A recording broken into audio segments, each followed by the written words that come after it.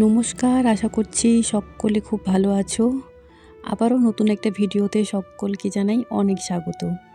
আজকে হচ্ছে মঙ্গলবার, দুপুর এখন প্রায় ১টা। আজকে যাচ্ছি একটু হ্যামিল্টন, যাচ্ছি বলতে এই তো পৌঁছেই গেছি।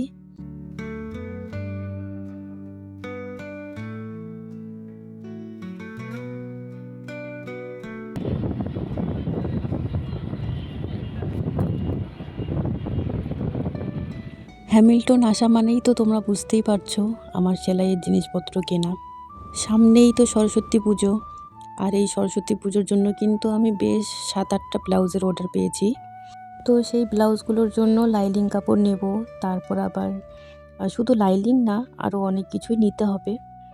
তো আমার না এই যে যখন থেকে দোকানটাতে আসলাম তখন থেকে এই যে মাঝখানের যে হোয়াইট কালার কুর্তিটা দেখতে পাচ্ছ, মানে এটা কিন্তু একটা 3 পিস আর কি। আমার যে এতটা পছন্দ হয়েছে, আমি আমার দামও জিজ্ঞাসা করেছি। দাম শুনে তো আমার মাথায় হাত। ২৩০০ টাকা দাম বলছে। সত্যি বলতে আমি এত দামি চুড়িদার হয়তো আজ পর্যন্ত এখনও একটাও পরিনি। শুধু চুড়িদার কেন, আমি ২,০০০ টাকার উপরে হয়তো এখনও পর্যন্ত একটা শাড়িও কিনিনি। আর এখন তো প্রয়োজনও হয় না যে এত টাকা দিয়ে আমি চুড়িদার কিনে পরবো।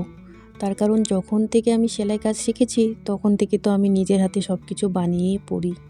হ্যামিল্টন আসলে আমার সেলাইয়ের জিনিসপত্র নিতে নিতেই আমার পুরো মাথা খারাপ হয়ে যায়। তার কারণ এই এত কিছু মনে করে করে নেওয়া, সত্যি বলতে এই দোকানটাতেই আমার পুরো মনে হয় ১-১.৫ ঘন্টা সময় চলে যায়।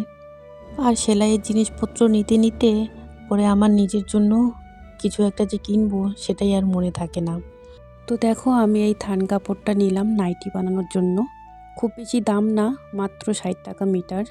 তো আমি ৩ মিটার নিয়েছি নাইটি বানানোর জন্য। তো যখন বানাবো তখন তো অবশ্যই তোমাদেরকে দেখাবো। আমি এদিকে সুতা নিয়ে নিচ্ছি।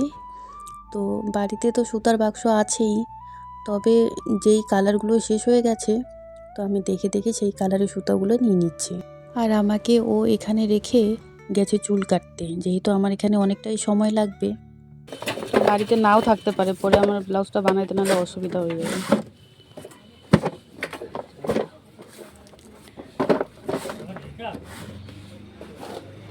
তো আজকে মোটামুটি ২০-২৫টার মতো সুতা নিতে হবে। তো আমি তো খুঁজে খুঁজে বের করলাম যেই যেই কালারগুলো আমার লাগবে ব্লাউজ বানাতে। তো সব কটাই পেয়েছি, তবে একটা কালার আমি খুঁজে পাচ্ছিলাম না। তো তার জন্য এই ভাইটাকে বললাম যে একটু তুমি দেখে দাও তো। তো ও কিন্তু পাচ্ছিল না খুঁজে ওই কালারটা, তবে অনেক খোঁজার পর পেয়েছে আর কি। এই যে দেখতে পাচ্ছ আমি যেই ড্রেসটা পরেছি, এই ড্রেসটা কিন্তু আমার নিজের হাতে বানানো। এটা কিন্তু কুর্তি নয়, এটা কিন্তু কাফতান সেট। একটা কাফতান আর সাথে হচ্ছে মানে প্লাজো প্যান্ট। তো এর আগের বছর বানিয়েছিলাম আমি, তবে এই ড্রেসটা খুব বেশি একটা পরা হয় না। তবে এই শীতকালে কিন্তু এইসব ড্রেস পরতে ভীষণ আরাম, তার কারণ এটা কিন্তু উলের কাপড় দিয়ে বানানো। তো সেলাইয়ের সমস্ত জিনিস কিন্তু আমি নিয়ে নিয়েছি, তবে আমার নিজের জন্যই একটা মানে লাইলিং কাপড় নিতে হতো। তোমাদেরকে তো কয়েকদিন আগেই দেখালাম যে আমি মিশো থেকে একটা চুড়িদার পিস নিয়েছি। তো সেটার জন্য তো একটু লাইলিং কাপড় লাগতো, মানে ওই ২ মিটারের মতো লাগতো আর কি। তো আমার একটুও মনে নেই। তো বাড়ি আসার পর কিন্তু আমার মনে হয়েছে যে আমার জন্য তো একটা লাইলিং কাপড় নিতে হতো। তারপর আবার ইন্দু লেখা তেল নিতে চেয়েছিলাম। আসলে সেলাইয়ের এত জিনিসপত্র নেওয়ার পর নিজের জিনিসপত্রের কথা আর মনে থাকে না। তো এটা প্রথমবার না, যখনই আমি হ্যামিল্টন যাই বাড়ি থেকে ভেবে যাই যে এটা নেব এটা নেব, কিন্তু পরে সেলাইয়ের জিনিসপত্র নিতে নিতে আমার নিজের জিনিসপত্রের কথা একদমই ভুলে যাই। পরে বাড়ি আসার পর আমার মনে হয় যে আমার জন্য তো এই জিনিসটা নিতে হতো। তো যাই হোক, আমরা কিন্তু জুতোর দোকানে চলে এসেছি। তো ওর জন্য একজোড়া শু দেখছি আর কি। ওর আগের বছরের শুগুলো একদমই নষ্ট হয়ে গেছে। আর এই ঠান্ডার মধ্যে তো শু ছাড়া একদমই হয় না, তার কারণ ও এত রাত পর্যন্ত তো বাড়ির বাইরেই থাকে। তো তাই আমি নিজের টাকা দিয়ে আমি ওকে একজোড়া শু কিনে দিচ্ছি। ও তো কিনতে চাইছিলই না, তবে আমি জোর করে ওকে কিন্তু একজোড়া শু আমি কিনে দিয়েছি। আজকে আবার আমার মাসির ছেলের জন্মদিন, তো এখান থেকে গিয়ে আবার আমার মাসির বাড়িতে যেতে হবে। আর ও কিন্তু আজকে ছুটিতে আছে, আজকে মাসির ছেলের জন্মদিন বলে আজকে ও ছুটি নিয়েছে। জুতো পছন্দ হয়েছে তো? বাড়িতে এসে দুপুরের খাওয়া দাওয়া সেরে এখন যাচ্ছি মাসি বাড়িতে। এখন বিকেল 3টা বাজে, অনেকটাই দেরি হয়ে গেছে। আমার হাতে টুপি,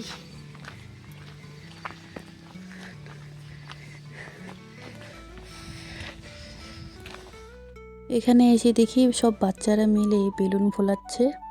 আর এই হচ্ছে আমার মাসির বড় ছেলে। ভিডিওতে আগেও একবার বলেছিলাম, তবে যারা নতুন তারা তো জানবে না, তো তাই বলে দিলাম। তো একটু পরে যার জন্মদিন তাকেও দেখাবো। তো এখানে কত যে বেলুন ফোলানো হচ্ছে দেখো, আরও ফোলাচ্ছে ওরা। তো বেলুন দিয়ে বাইরেটা সাজানো হবে, যেখানে কেক কাটবে সেখানে। এই হচ্ছে আমার মাসির ছোট ছেলে, আমার ছোট্ট ভাই। আর এরই কিন্তু আজকে জন্মদিন। আজকে ওর 10 বছর পূর্ণ হলো। সত্যি দেখতে দেখতে যেন ভাইটা বড় হয়ে গেল। আমার যখন বিয়ে হয় তখন ও একদম ছোট, মানে ওই প্রায় 1 বছরের মতো বয়স ছিল তখন। আর এইদিকে ওনারা সবাই মিলে রান্নাবান্না করছে। সব রান্নাবান্নাই প্রায় হয়ে এসেছে, এখন মাংসটা বসিয়েছে।